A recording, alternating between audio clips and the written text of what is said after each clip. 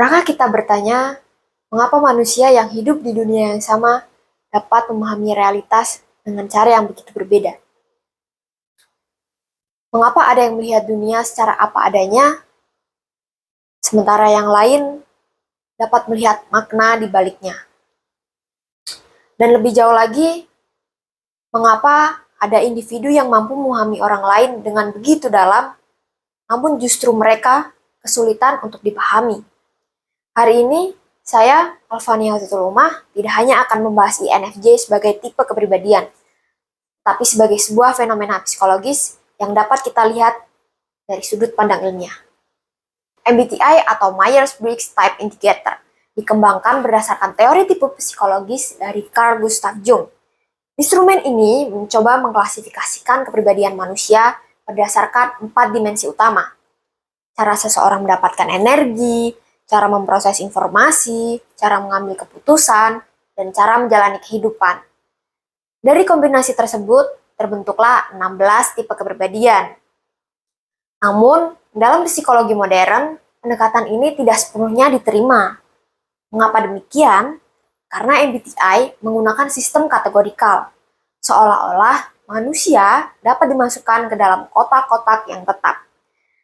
Padahal, penelitian dalam psikologi kepribadian menunjukkan bahwa manusia berada dalam spektrum. Model seperti Big Five Personality Traits menjelaskan bahwa sifat ekstroversi, keterbukaan, neurotisisme berada dalam suatu kontinum, bukan kategori mutlak. Artinya, tidak ada manusia yang 100% INFJ. Yang ada hanyalah kecenderungan. Namun, disinilah hal menariknya. Meskipun secara ilmiah memiliki keterbatasan, MBTI tetap digunakan secara luas.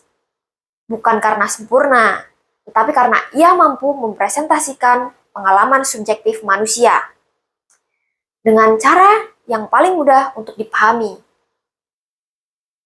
INFJ dikenal memiliki dominasi fungsi kognitif yang disebut introverted intuition.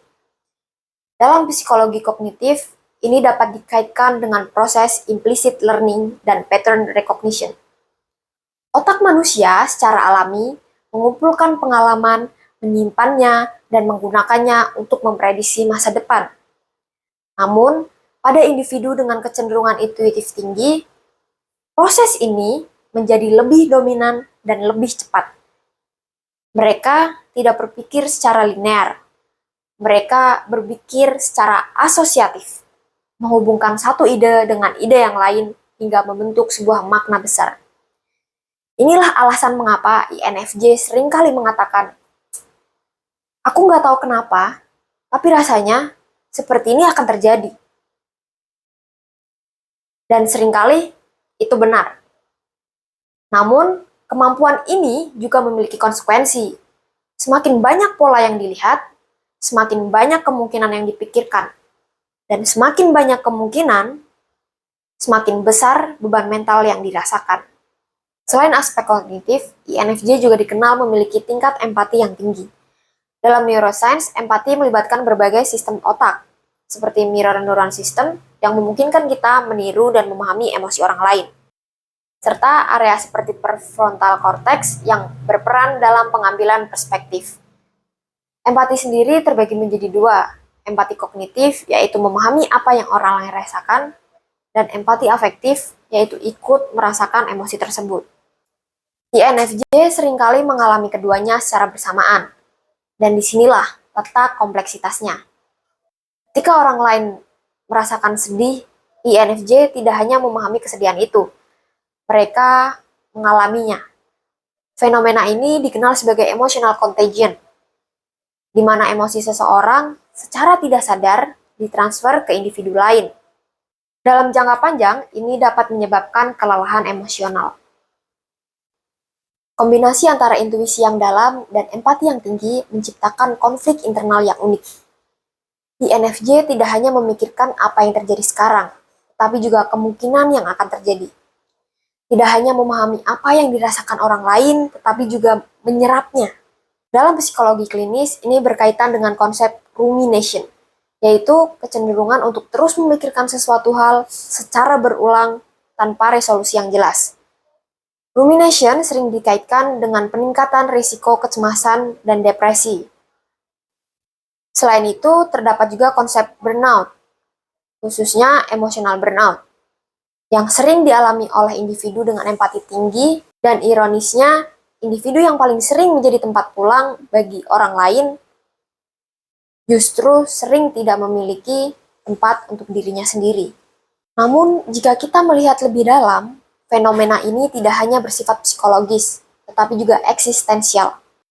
INFJ seringkali memiliki dorongan kuat untuk mencari makna hidup.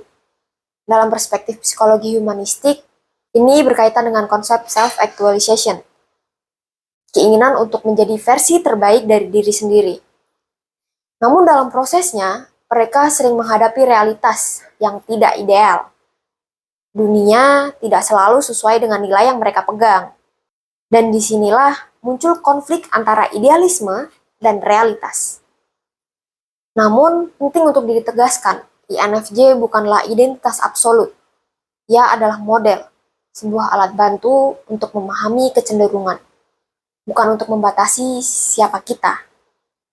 Psikologi modern menekankan bahwa kepribadian dibentuk oleh interaksi kompleks antara genetik, lingkungan, dan pengalaman hidup.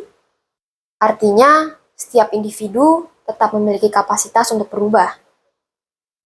Jika kita melihat lebih jauh, bagaimana sebenarnya karakteristik seperti INFJ ini muncul dalam kehidupan nyata? Dalam konteks sosial, individu dengan kecenderungan intuitif dan empati tinggi seringkali ditemukan dalam peran-peran tertentu, seperti konselor, pendidik, penulis, atau bahkan pemimpin yang bersifat transformasional. Dalam teori transformasional leadership, pemimpin tidak hanya berfokus pada hasil, tetapi juga pada makna, nilai, dan perkembangan individu yang dipimpinnya. Dan disinilah karakteristik INFJ menjadi relevan. Kemampuan untuk memahami orang lain secara mendalam dikombinasikan dengan visi jangka panjang, menciptakan gaya kepemimpinan yang tidak hanya efektif, tetapi juga bermakna. Namun kembali lagi, karakteristik ini bukan tanpa tantangan. Dalam dunia yang bergerak cepat, yang seringkali menuntut keputusan instan, dan interaksi yang dangkal, pendekatan yang terlalu reflektif justru bisa dianggap sebagai kelemahan. Individu yang terlalu banyak berpikir dianggap lambat. Individu yang terlalu peduli dianggap berlebihan. Padahal, bisa jadi yang sebenarnya terjadi adalah ketidaksesuaian antara kedalaman individu dan ritme lingkungan.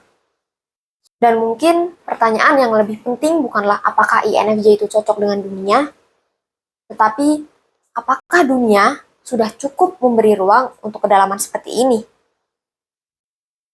Lalu, jika INFJ bukan identitas mutlak, mengapa banyak orang merasa, ini aku banget?